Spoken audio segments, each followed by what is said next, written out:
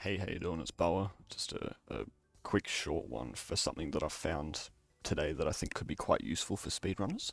Last couple of days, some of the people have been looking at memory card transfers for Gran Turismo 3, and I realized that, although to a slightly different extent, the same thing could be done in Gran Turismo 7. So I thought I wanted to put this forward just to show people, and then from there, if it can be realized or built into more cohesive things, it might be useful for runners for something like an all cafe run or something like that. So I'm going to sort of roughly demonstrate what I'm on about here, and then I'll sort of explain at the end where I think it could be useful. But to do that, we'll need to change into a card that I've never used. So if I quickly sort by distance driven, we'll go down to one of the many 0 kilometer cars that I've got, and we'll grab the Camaro for today. So what this is going to involve is the community tab, or what is now called as showcase, and then GT Auto for installation of what the parts and stuff.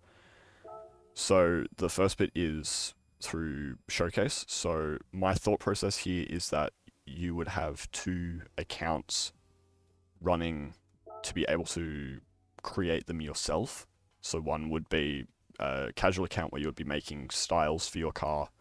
You can include whatever liveries you want on them, but it would be mostly for if you want to include certain aero elements of the car. This would limit how much menuing you do, as well as certain items on the car. If we find like something really obscure like a tow hook or something like that, it contributes to weight or something along those lines. This would limit, instead of like 7 or 8 clicks of and menuing and stuff like that, it would be the 1. So today I'm going to demonstrate with just getting a random one out of a out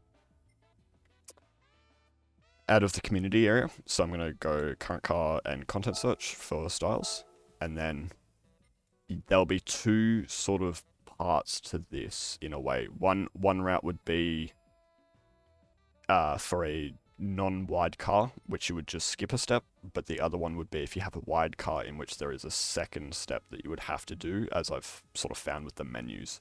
But I'll sort of show you through a wide car because that's sort of the longest one and probably the more relevant, if I'm honest. So we'll go with, what one's speaking to me? We'll go with a Lowndes HRT. We're going to add that to our collection. And then we will go over to the GT Auto tab. So what I have found with the styles option is, instead of going through changing the wheels, changing the offset of the wheels to make it wider to suit a wide body, change paint color, add the front splitter, add the rear wing, all of these sort of options you have, you can actually go to style, you can go to collection to any of the stuff you've saved, or if it's on your own account, to my items, and then you can click on it to add all of the options that are with that style to the car immediately.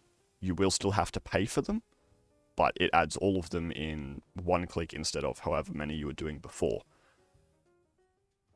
The only problem with that is, if you have a wide body car, you still have to manually put on the wide body before you can do everything else. If you try to do it without, I'll show you what happens. It will come up with styles that are intended for a different body width can't be applied. So to get around that, what we do is we'll back out. It's a little bit more menuing, but I think in the long run it could save. You would go down and purchase the wide body, install that with our stretching physics,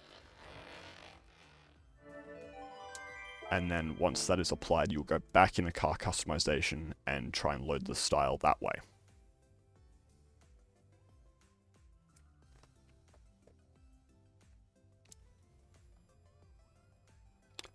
So we'll go back into customization, we'll go across to load style, collection, and then we'll download it. So as I said before, this will add everything in one go.